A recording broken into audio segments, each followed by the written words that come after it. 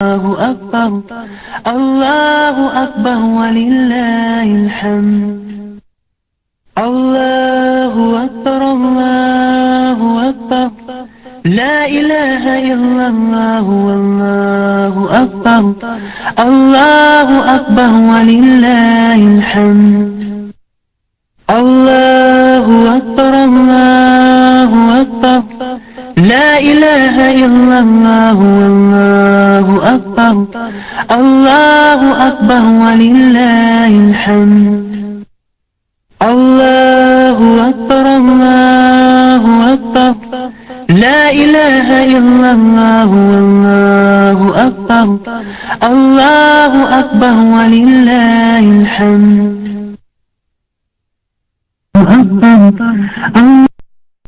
بسم اللہ الرحیم. اب ایسے کہ ماشاءاللہ آپ کا پہلا سپارہ ختم ہونے والا ہے، اور جو ہی پہلا پارہ ختم ہوگا تو ایک طرف آپ کو خوشی ملے گی اور دوسری طرف شوق لگے گا. بہرحال اب ظاہر ہے کہ جو کام کرنا ہے وہ تو کرنا ہی ہے. اگر آپ روز پڑھتے رہے ہیں تو آپ نہیں بھی پڑھیں تو آپ ٹیسٹ دے سکتے ہیں، لیکن اگر آپ دوبارہ اسے دہرانا چاہیں، کیونکہ پہلے 5 پارے ایسے ہوتے ہیں کہ جن میں تھوڑے سے انسان کو زیادہ ایفرٹ کرنی پڑتی ہے، وہ بھی کچھ لوگ بہت ہی زیادہ ایفرٹ کر رہے ہوں. انشاءاللہ پھر آہستہ آہستہ آپ اس سے فیملیئر ہو جائیں گے اور پھر بالکل آپ کی اپنی چیز ہو جائے گا. اس کو اپنا بنا لیں. اللہ کی کتاب اور اللہ کے کلام اور اللہ کی بات سے اجنبیت تو نہیں ہونی چاہیے نا. یتلونہ حق تلاوتہ اولئک یؤمنون بہ، ایسا ہی ہے نا. یہ کوئی ٹیسٹ کا تقاضا نہیں ہے کہ آپ اچھے سے پڑھیں، یہ تو ایمان کا تقاضا ہے کہ نہیں. تو جب کبھی پریشانی ہونے لگے کہ یہ ٹیسٹ ہے، خوف پڑنے لگے یا کوئی مشقت محسوس کریں، تو فوراً سوچیں کہ یہ تو مجھے ویسے بھی کرنا ہی تھا. ایک حدیث ہے جس کا مطلب ہے ان اللہ لیضع بالسلطان ما لا یضع بالقرآن، ان اللہ لیضع بالسلطان ما لا یضع بالقرآن. کسی کو اس کا معنی آتا ہے؟ ان اللہ، بے شک اللہ تعالی، لیضع بالسلطان، سلطان کہتے ہیں اتھارٹی کو، طاقت کو، زور کو. اللہ تعالی اتھارٹی کے ذریعے، طاقت کے ذریعے، سلطان کے ذریعے، سلطان بادشاہ کو بھی کہتے ہیں نا، تو اس سے مراد کوئی خاص کوئی کنگ یا ایمپرر ہی نہیں، بلکہ سلطان سے مراد سلطہ قوت کو کہتے ہیں. نہیں ایسی فورس جو امپلیمنٹ کرا سکے، نہیں وہ طاقت جس کے اندر آپ سے کوئی کام کرانے یا کسی رول یا کسی چیز کو امپلیمنٹ کرانے کی پاور ہو. پاور کے لیے بھی استعمال ہوتا ہے. ما لا یضع بالقرآن، جو وہ قرآن کے ساتھ نہیں دیتا، یا کچھ کام ایسے ہوتے ہیں جو سلطان ہی کے ذریعے ہوتے ہیں، صرف قرآن پڑھ کے نہیں ہوتے. ٹھیک ہے نا. اب مثلاً قرآن میں آپ پڑھتے ہیں کہ یتلونہ حق تلاوتہ اولئک یؤمنون بہ، جو لوگ اس کتاب کو اس طرح پڑھتے ہیں جیسے پڑھنے کا حق ہے، یہی اس پر ایمان لاتے ہیں. یہ آپ کے ایمان کا تقاضا ہے. بھلے ایمان کا تقاضا ہو، ہم میں سے کتنے لوگ یہ تقاضے پورے کر رہے ہیں؟ جب تک کہ آپ کو پکڑ کے یہاں بٹھا نہیں دیا گیا، پھر پڑھایا جا رہا ہے، پھر آپ سے ٹیسٹ لیا جائے گا، جو ایک طرح سے سلطان کا استعمال ہے. یعنی ایک طرح سے آپ کو پابند کیا جائے گا کہ یہ کرنا ہی کرنا ہے آپ کو، اور اس دن کرنا ہے، اور ضرور کرنا ہے، اور ہر صورت کرنا ہے. پھر آپ کریں گے. ٹھیک ہے نا. اللہ تعالیٰ انسانی نفسیات اور انسانی ضروریات کو سمجھتے ہیں، اور مختلف طریقوں کے ڈسپلن معاشرے میں قائم ہیں. اسی تھیم اور اسی روح کے ساتھ آپ اس ٹیسٹ کو لیجئے کہ یہ صرف کروانے کا، یعنی کام کروانے کا ایک بہانہ ہے. یعنی کچھ کام صرف نصیحت سے نہیں ہوتے، کچھ کاموں کے لیے زور چاہیے ہوتا ہے، طاقت کا استعمال ضروری ہے.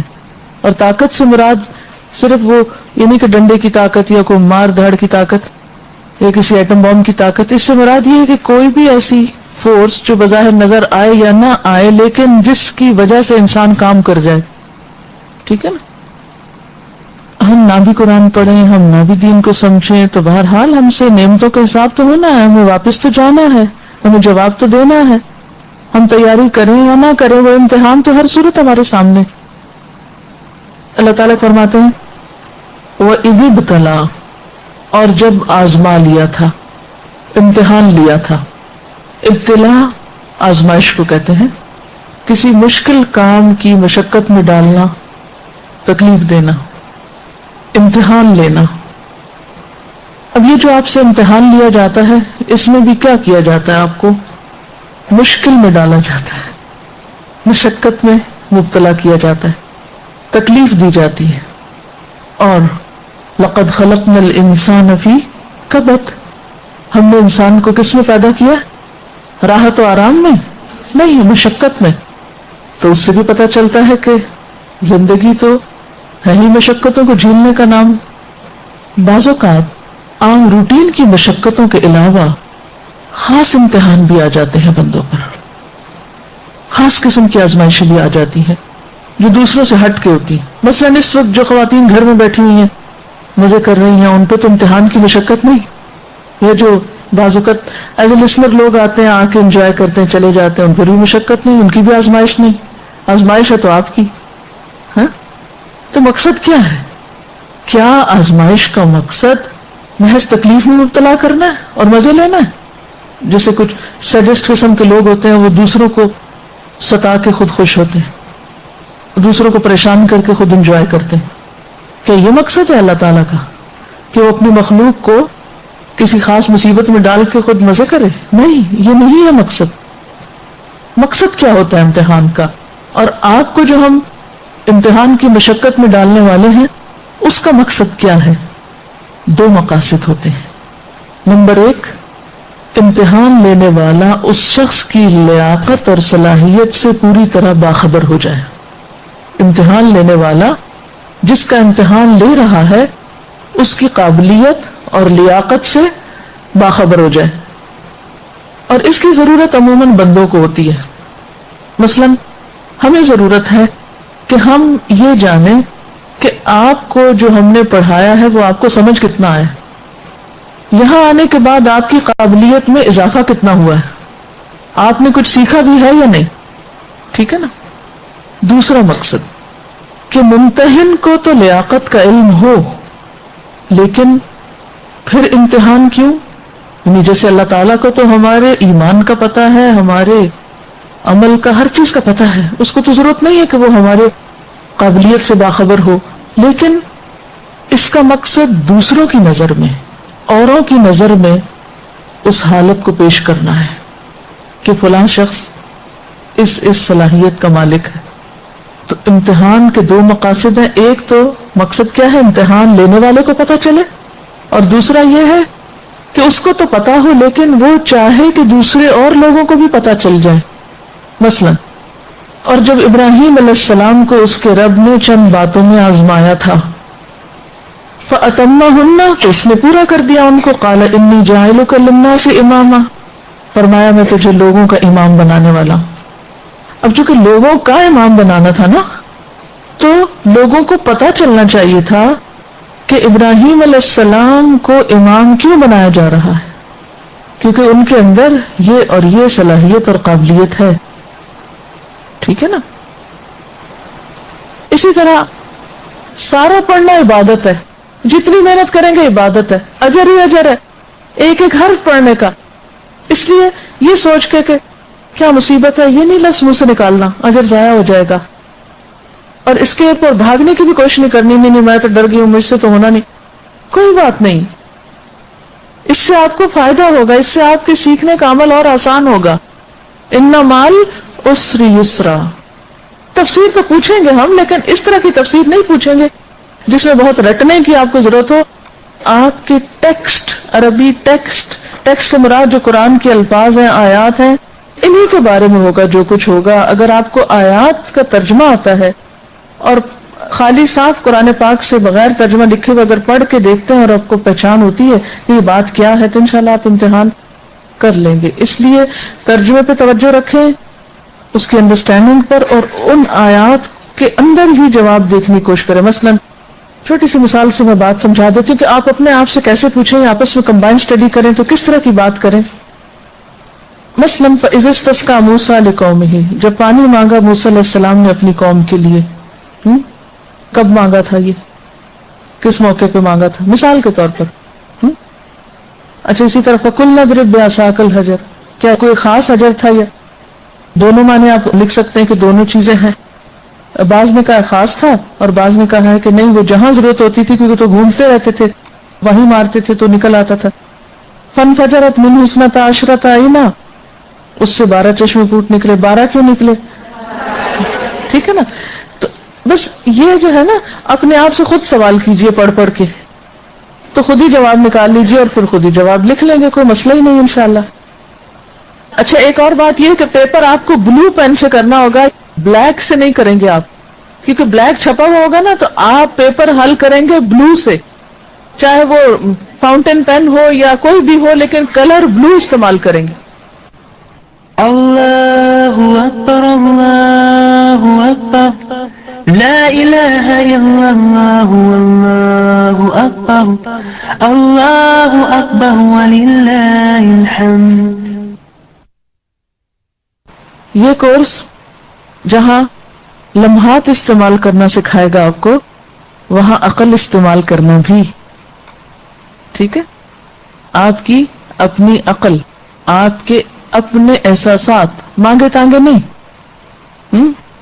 ایک ہوتی ہے وہ موٹیویشن جو دوسرے آپ کو دیتے ہیں، دوسرے آپ کو انسپائر کرتے ہیں، دوسرے آپ کو شوق دلاتے ہیں، دوسرے آپ کو اسپون فیڈنگ کرتے ہیں، اور آپ اپنے آپ کو ان کے حوالے کیے ہوئے ہوتے ہیں کہ وہ پمپ کر دیں آپ کو تو آپ بھول جائیں گے، اور اگر انہوں نے پمپ کرنا چھوڑ دیا تو آپ بیٹھ جائیں گے، غبارے سے ہوا نکل جائے گی. اور ایک ہے سیلف موٹیویشن. تو سیلف موٹیویشن کس وقت آتی ہے، کیسے آتی ہے، یہ جاننا بے حد ضروری ہے.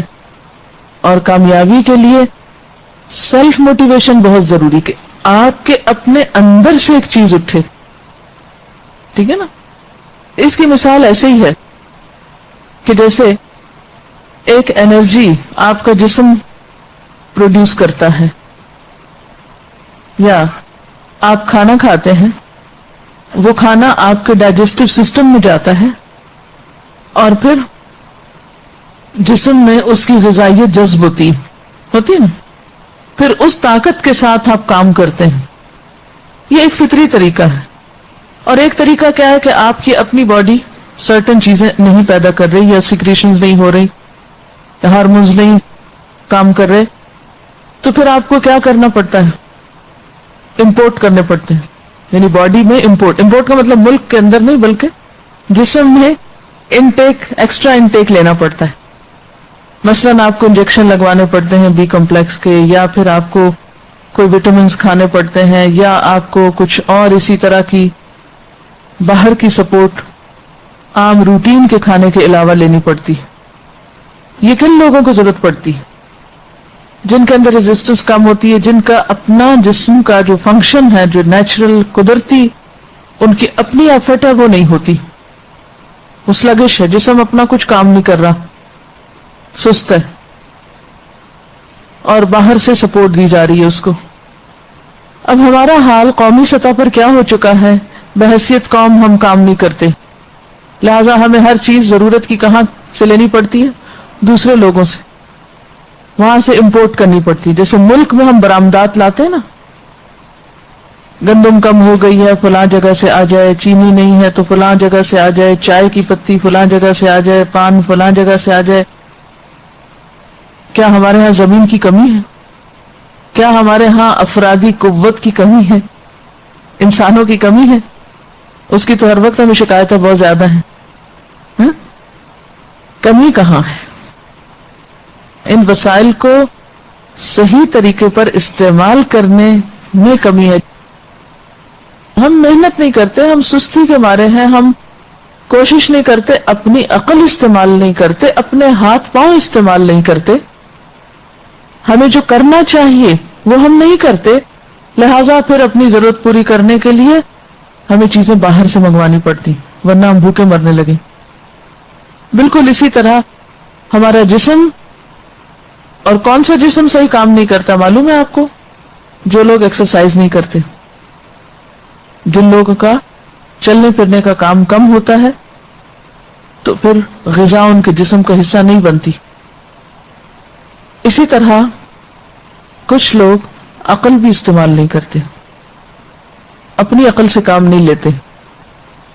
اگر کوئی ان کو کچھ بتا دے تو وہ جان لیتے ہیں, کوئی پڑھا دے تو پڑھ لیتے ہیں, کوئی سمجھا دے تو سمجھ لیتے ہیں, کوئی موٹیویٹ کر دے تو ہو جاتے ہیں, کوئی چلا دے, پش کر دے, دھکا لگا دے, چل پڑتے ہیں. دھکا سٹارٹ گاڑی ہیں ہم, ہے نا؟ تو کیا اسی طرح عجز اور کسل میں زندگی بسر ہوگی؟ یہ کچھ کرتے مریں گے؟ یہ جسم, ہاتھ, پاؤں, عقل, دل, دماغ, یہ سب مہمان رکھے ہوئے ہیں کہ جنہیں کوئی کام نہیں کرنے دینا. یہ کس لیے دیا اللہ نے سب کچھ؟ استعمال کے لیے. اسے استعمال کریں. ہر چیز ریڈی میڈ, تیار شدہ, اس سے نہیں بات بنے گی. عموماً ریڈی میڈ کپڑے پہن کر آپ نیچرل نہیں لگتے. عموماً ریڈی میڈ کھانے کھا کر آپ صحت مند نہیں رہتے. ریڈی میڈ سبق پڑھ کر آپ کی اپنی عقل کام نہیں کرتی. سہولت کا فائدہ اٹھاتے رہیں, نتیجہ کیا ہوگا؟ اللہ تعالیٰ قرآن پاک میں فرماتے ہیں لَقَدْ خَلَقْنَا الْإِنسَانَ فِي كَبَدٍ, ہم نے انسان کو مشقت میں پیدا کیا ہے. سہل پسندی ہمارے دین میں نہیں. سہل پسند قومیں غلام ہو جاتی ہیں. وہ جب ہر چیز ادھار لینے لگتی ہیں تو ادھار لینے والے کیا ہو جاتے ہیں؟ مقروض کا کیا حال ہوتا ہے؟ وہ قہر رجال کا شکار ہو جاتے ہیں. ٹھیک ہے, سہولت سے ضرور فائدہ اٹھائیں. کیا یہ ہماری ہاتھ پاؤں اور یہ ساری چیزیں بذات خود سہولتیں نہیں ہیں؟ یہ بھی تو فیسلٹیز, یہ بھی سہولتیں ہیں. اس میں کوئی شک نہیں کہ کہیں آپ کچھ حصہ وہ ان چیزوں کا استعمال کر لیں, لیکن اگر آپ 100% ان چیزوں پر ڈیپینڈ کرنے لگیں گے تو آپ خود نہیں آگے بڑھ سکیں گے. ٹھیک ہے نا؟ آپ کا حصہ جو ہے یا آپ کا شیئر جو ہے کام کرنے میں وہ رہ جائے گا, پھر ترقی کا عمل رک جائے گا, آگے نہیں بڑھ پائیں گے. ٹھیک ہے, جو کام کسی نے کیا آپ دوبارہ کیوں کریں؟ مثلا میں آپ کو یہ نہیں کہوں گی کہ قرآن پاک ہاتھ سے لکھ کر لا کر میں اس پہ آپ کو پڑھاؤں گی. پرنٹڈ ہے, موجود ہے, ٹھیک ہے, اس سے سہولت ہے آپ کے لیے, فائدہ اٹھائیں. صحابہ کرام کے پاس تو یہ ریٹن بھی نہیں تھا, کاغذ بھی نہیں تھا, کتاب بھی نہیں تھی. سب کچھ یاد کرو, سینے میں رکھو, اور پھر جو کسی کے پاس کچھ سہولت ہے, کسی کے پاس ہڈی ہے, لکڑی ہے, پتا ہے. اور بعد کے دور میں بھی لوگ ہاتھوں پر لکھا کرتے تھے, ہاتھ پر لکھ کے یاد کر لیتے اور پھر اس کو دھو ڈالتے, پھر اگلے دن دوبارہ لکھتے. اور اب تک بھی آپ دیکھیں کہ بچے سلیٹ پر لکھتے تھے, تختی پر لکھتے. تختی کا رواج اب تک ہے ہمارے ملک میں. ان بچوں کے پاس کاپیاں نہیں ہوتی کہ بھر بھر کے ردی جمع کرے. کیا کرتے ہیں؟ تختی پر لکھتے ہیں, پھر اس کو دھوتے ہیں, پھر لکھتے ہیں, پھر دھوتے ہیں. اس میں مشقت تو بہت ہے, لیکن جن بچوں نے تختی پر لکھا ہے ان کی لکھائی دیکھیں, اور جن بچوں نے پھسلتے کاغذوں پر لکھا ہے تو ان مع العسر یسرا, جو آپ کی اصل انجوائمنٹ ہے نا وہ عسر کے ساتھ ہے, ہم اسے یسر میں تلاش کرتے ہیں. اصل جو خوشی اور راحت اور سکون ہے وہ مع العسر یسرا کے اندر ہے. یعنی یہ نہیں کہا کہ مشکلات تلاش کرو اور مشکلات کے پیچھے جاؤ, مشکل راستے اختیار کرو, نہیں, یہ نہیں سبق ہمارے دین کا. نبی صلی اللہ علیہ وسلم کے سامنے اگر دو چیزیں آتی ہیں, ایک مشکل اور ایک آسان, تو آپ آسان کو اختیار کرتے. لیکن اس کا معنی کیا ہے کہ جب مشکل آ جائے تو پھر اس کو انجوائے کرو, اس میں سے یسر نکالو. اور چونکہ اللہ تعالیٰ نے انسان کو پیدا ہی مشقتوں میں کیا تو پھر اس کے بغیر تو زندگی کا مقصد پورا نہیں ہوگا آپ کا. اب یہ صرف محض صریح اتفاق ہے کہ میں یہاں آنے سے, یعنی آخری کام جو میں نے گھر میں کیا ہے وہ ایک آرٹیکل پڑھ رہی تھی, انسان مشقت میں پیدا کیا گیا ہے. یہ محض ایک اتفاق ہے کہ بات کہاں سے کہاں جا پہنچی. اس میں انہوں نے مختلف جو علماء ہیں انہوں نے اس آیت کا جو مطلب بیان کیا ہے مثلا پیر محمد کرم شاہ ازہری کہتے ہیں اس آیت کی تفسیر میں کہ اس صورت میں ان اعضاء اور جوارح کا ذکر کرنے کے بعد جو انسان کو اپنی صلاحیتوں کو بروئے کار لانے کے لیے مرحمت فرمائے گئے ہیں، اسے تنبیہ کی جا رہی ہے کہ تجھے عقاب کی قوت پرواز دی گئی ہے، اس سے کام لیتے ہوئے تمہارا فرض ہے کہ اخلاق حسنہ کی بلندیوں کو سر کرنے کے لیے پرکشار رہو۔ زیادہ مشقت تو نہیں ہو گئی؟ اب مشکل یہ کہ اب آپ یہ تفسیریں جلدی سمجھتے نہیں، اسی لیے تو پھر میں خود پڑھ لیتی ہوں اور آپ کو آسان کر دیتی ہوں، لیکن میں چاہتی یہی ہوں کہ آپ خود بھی براہ راست ایسی چیزوں سے فائدہ اٹھا سکے۔ پھر اسی طرح مفتی محمد شفیع صاحب لکھتے ہیں، کبد کا لفظی معنی محنت اور مشقت کے ہیں۔ معنی یہ ہے کہ انسان اپنی فطرت سے ایسا پیدا کیا گیا ہے کہ اول عمر سے آخر تک محنتوں اور مشقتوں میں رہتا ہے۔ ابن عباس کہتے ہیں کہ ابتدائی حمل سے رحم مادر میں محبوس رہا، پھر ولادت کے وقت کی محنت اور مشقت برداشت کی، پھر ماں کا دودھ پینے، پھر اس کے چھوٹنے کی محنت، پھر اپنے معاش اور ضروریات زندگی فراہم کرنے کی مشقت، پھر بڑھاپے کی تکلیفیں، پھر موت کی تکلیف، پھر قبر، پھر حشر، پھر اعمال کی جواب دہی۔ تو زندگی آسان ہے کہاں؟ تو ایسے میں جو لوگ، جیسے حضرت عمر رضی اللہ تعالیٰ عنہ کا قول ہے، اخشوشنو فإن النعم لا تدوم، اخشوشنو یعنی سہل پسند نہیں بنو، کھردرے بنو۔ اخشوشنو خشونت کہتے ہیں نا، اردو میں خشونت کا لفظ آپ نے پڑھا ہوگا۔ فإن النعم لا تدوم، یہ نعمتیں ہمیشہ نہیں رہتی۔ اب مثلا وہ لوگ جن کی جوانی بالکل آرام میں گزری ہوتی ہے، بڑھاپا ان پہ بڑا تکلیف دہ ہو جاتا ہے، بھاری ہو جاتا ہے۔ اس کے برعکس وہ لوگ جو جوانی میں مشقتیں کرتے رہتے ہیں، بڑھاپے میں بھی اچھے رہتے ہیں۔ مولانا مودودی لکھتے ہیں، انسان کے مشقت میں پیدا کیے جانے کا مطلب یہ ہے کہ انسان اس دنیا میں مزے کرنے اور چین کی بانسری بجانے کے لیے پیدا نہیں کیا گیا، بلکہ اس کے لیے یہ دنیا محنت اور مشقت اور سختیاں جھیلنے کی جگہ ہے۔ کوئی انسان بھی اس حالت سے گزرے بغیر رہ نہیں سکتا، اور جو شخص اس سے اوائڈ کرتا جائے اور کنارہ کشی کرتا چلا جائے تو پھر وہ اپنے لیے کوئی دنیا اور آخرت کے اعتبار سے کوئی بڑی کامیابی حاصل نہیں کر سکتا۔ پھر اس کے بعد سید قطب شہید لکھتے ہیں، اس جد و جہد اور مشقت کی نوعیت کیا ہے؟ ایک شخص اس لیے دوڑ دھوپ کرتا ہے کہ اسے زندہ رہنے کے لیے ایک لقمہ، پہننے کے لیے کپڑے کا ٹکڑا میسر ہو۔ دوسرا شخص اس لیے جد و جہد کرتا ہے کہ 1000 کے 2000 اور 10,000 بنائے۔ ایک اور شخص اقتدار اور فرما روائی کے لیے یا جاہ و منصب کے لیے جد و جہد کرتا ہے، اور ایک وہ شخص ہے جس کی ساری جد و جہد راہ خدا میں ہوتی ہے۔ ایک اور شخص ہے جو اپنی خواہشات نفس کی تسکین کے لیے مشقت کرتا ہے۔ ایک اور شخص ہے جو اپنے عقیدے اور اپنے دین کے پیغام کو پہنچانے کے لیے زحمت و مشقت برداشت کرتا ہے۔ ایک شخص دوزخ کی طرف چلتے ہوئے مشقتیں جھیلتا ہے، دوسرا جنت کے راستے میں کوشش کرتا ہے۔ ہر کوئی اپنا بوجھ اٹھاتا ہے اور محنت و مشقت کے ساتھ اپنا راستہ طے کرتا ہوا اپنے رب سے جا ملتا ہے۔ تو آپ کی مشقت کس راستے میں ہے؟ علم کے راستے میں ہے، ٹھیک ہے نا؟ آپ کی مشقت، یہ ساری مشقت جو قلم سے لکھنے کی، کیونکہ اللہ تعالیٰ قرآن پاک میں فرماتے ہیں علم بالقلم، علم بالقلم، تعلیم کا عمل قلم کے بغیر مکمل نہیں، ٹھیک ہے؟ تو آپ کو کیا کرنا ہے؟ تفسیر ہو رہی ہو، تجوید ہو رہی ہو، جب تک آپ اس کمرے میں بیٹھے ہوئے ہیں، طالب علم ہے، قلم آپ کے ہاتھ میں ہو یا آپ کے قریب ترین ہو، جیسے درزی کے پاس کینچی قریب ترین ہوتی، تو طالب علم کے پاس قلم قریب ترین ہو۔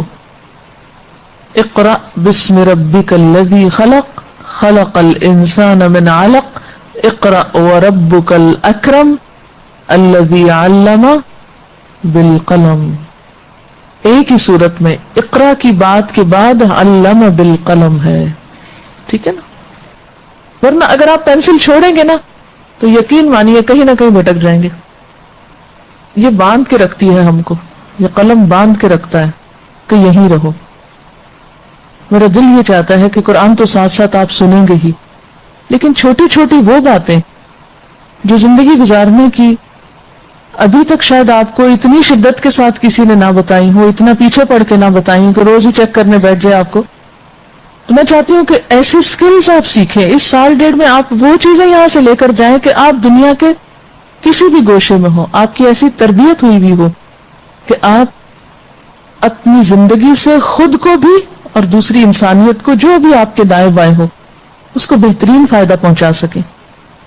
کیونکہ ہمارے پاس نالج تو ہے، ٹھیک ہے نا، نالج ہے، لیکن اس نالج کو اٹھانے والے کوئی نہیں ہے. مثلا پانی ہو، کیریئر نہیں ہو، تو آپ پانی بکھیرتے جا رہے ہیں، ڈالتے جا رہے ہیں.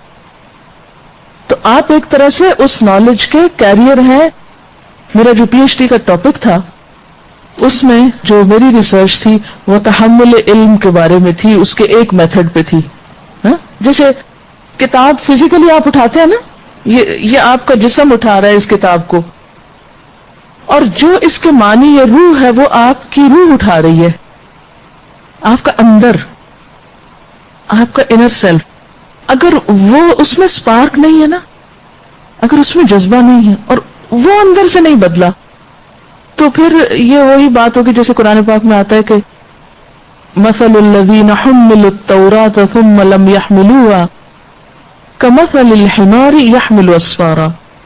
ان لوگوں کی مثال جنہیں تورات اٹھوائی گئی دی گئی، پکڑو، کل پڑھی نا آپ نے آیت خذوا ما آتیناکم بقوة، پکڑ لو اس کو.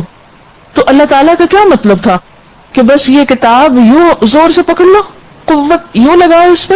نہیں. قوت کیا ہے؟ اندر کے ایمان کی قوت، علم کی قوت، وہ ایک تڑپ، وہ ایک جذبہ کہ جو آپ کو سوتے ہوئے بھی سونے نہ دے، کہ آپ سو کے بھی وہی خوابیں دیکھ رہے ہوں. یعنی وہ جو اندر کی ایک روشنی ہے نا، وہ بے حد ضروری ہے. آج کے دور میں پڑھنے لکھنے والے بے شمار ہو گئے ہیں، بہت ہو گئے ہیں، لیکن وہ جسے کہتے ہیں کہ تحمل علم، جو اس کے اندر ہے اس کو اندر سے لینا اور اندر اٹھانا اور دل پر لینا اور پھر اس کو واقعی کیری کرنا اپنی شخصیت میں بھی، یہ بے حد ضروری ہے.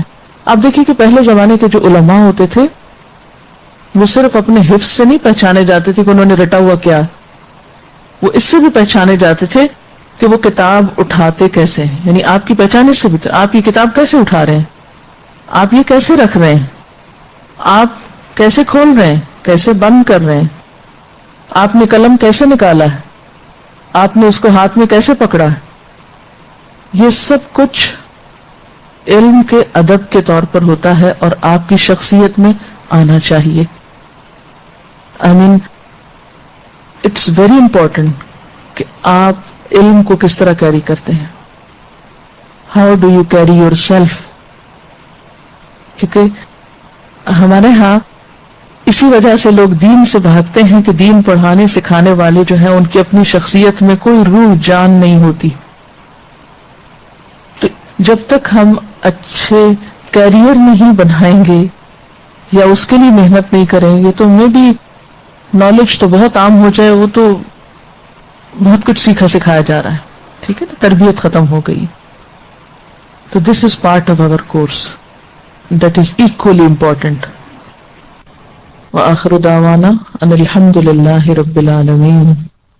اللہ اکبر اللہ اکبر لا الہ الا اللہ واللہ اکبر اللہ اکبر وللہ الحمد.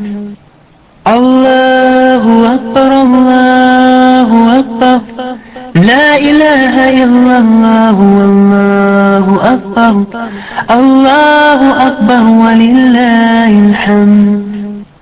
اللہ اکبر اللہ اکبر لا الہ الا اللہ واللہ اکبر اللہ اکبر وللہ الحمد. اللہ اکبر اللہ اکبر لا الہ الا اللہ واللہ اکبر اللہ اکبر وللہ الحمد.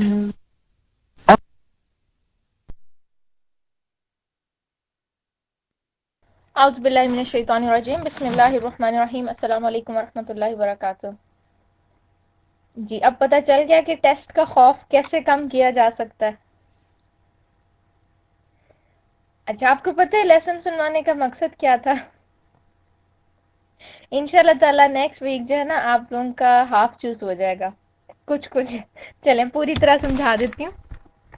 نیکسٹ ویک آپ لوگوں کا ہاف چوز ہو جائے گا انشاءاللہ، لیکن وقت گزرتے پتہ بھی نہیں چلتا نا، تو اس سے پہلے میں کوشش کروں گی کہ آپ لوگوں کو ایک سیمپل ٹیسٹ دے دوں تاکہ آپ لوگوں کو سمجھ آ جائے کہ ٹیسٹ کس پیٹرن پہ ہوگا اور اس کو آپ کو کس طرح سالو کرنا ہے، پھر اس کو ہم ڈسکس کر لیں گے کلاس میں اسی طرح نا، بریک سیشن میں ایک 5-10 منٹس کا لے کے تو میں سب کے ساتھ اس کو دیکھ لوں گی کہ آپ لوگوں نے کیا لکھنا، اس میں کس طرح لکھنا اور کہاں آپ غلطی نہ کریں تاکہ آپ کے جو ہے نا مطلب نمبر نہیں کٹیں۔ ہاں آپ جوز کا ٹیسٹ ہوگا بالکل۔ جب آپ سیمپل ٹیسٹ کر لیں گے نا تو اس کے بعد انشاءاللہ تعالیٰ آپ کو ہاف جوز کا ٹیسٹ دیا جائے گا۔ بارک اللہ فینا، آپ ٹیسٹوں سے بہت محبت کرتی ہیں، اور یہ ایک حقیقت ہے کہ جب تک ہمارے اوپر پڑتی نہیں ہے نا ذمہ داری تب تک ہم کچھ بھی نہیں کرتے۔ اچھا، یہ بتائیے گا کہ ہمارا جو علم حاصل کرنا ہے اس کا درست طریقہ کیا ہے؟ صرف پڑھتے جانا اور کتابوں پہ کتابیں اکٹھی کیے جانا، سنتے جانا لیکچر؟ نہیں، بلکہ ایک اگر اچھی بات بھی سیکھیں تو ہماری شخصیت میں، ہماری پرسنالٹی میں ایسی تبدیلی آنی چاہیے کہ دیکھنے والے کو بھی پتہ چلے نا۔ آپ اس کورس کے دوران آپ کو جو ارد گرد کے آپ کے لوگ ہیں ان کو پتہ چلے کہ ہاں آپ لوگ واقعی قرآن کے طالب علم ہیں۔ آپ کے جو ایٹیٹیوڈ ہے، آپ کا بات چیت کا جو طریقہ ہے، ہر چیز سے پتہ چلنا چاہیے، قلم اور جی کاپی پکڑنے سے سمجھ کر اور پریکٹیکل بالکل۔ اب دیکھیں قرآن کتنی درست بات ہے نا استاذہ، ماشاءاللہ کتنی شفقت سے اور کتنی ایسے لگ رہا تھا جیسے ایک ماں بچے کو نہیں سمجھاتی، خاص طور پہ جب بیٹیاں تھوڑی سی بڑی ہونے لگتی ہیں تو مائیں پاس بیٹھ کے بڑے پیار سے سمجھاتی ہیں کہ تم ایسے کر لو، ایسے کر لو، ایسے کر لو۔ بیٹے ہوتے ہیں تو ان کو کہتی ہیں کہ باہر تم نے اٹھنا بیٹھنا تو اس طرح کرنا ہے، اور مجھے وہی فیلنگ آ رہی تھی کہ استاذہ ہمیں اس طرح بتا رہی ہیں کہ زندگی کی جو دوڑ ہے، جو باہر کی ایک لائف ہے، اس کے اندر ہمارا ایٹیٹیوڈ کیا ہونا چاہیے نا۔ جی الحمدللہ۔ چلیں آپ لوگ ایسا کریں کہ 10 منٹس کا بریک لے لیجئے، فریش ہو جائیں، اور اس کے بعد انشاءاللہ تعالی ہم جو ہے تفسیر کا آج کا لیسن کریں گے۔ السلام علیکم ورحمۃ اللہ وبرکاتہ۔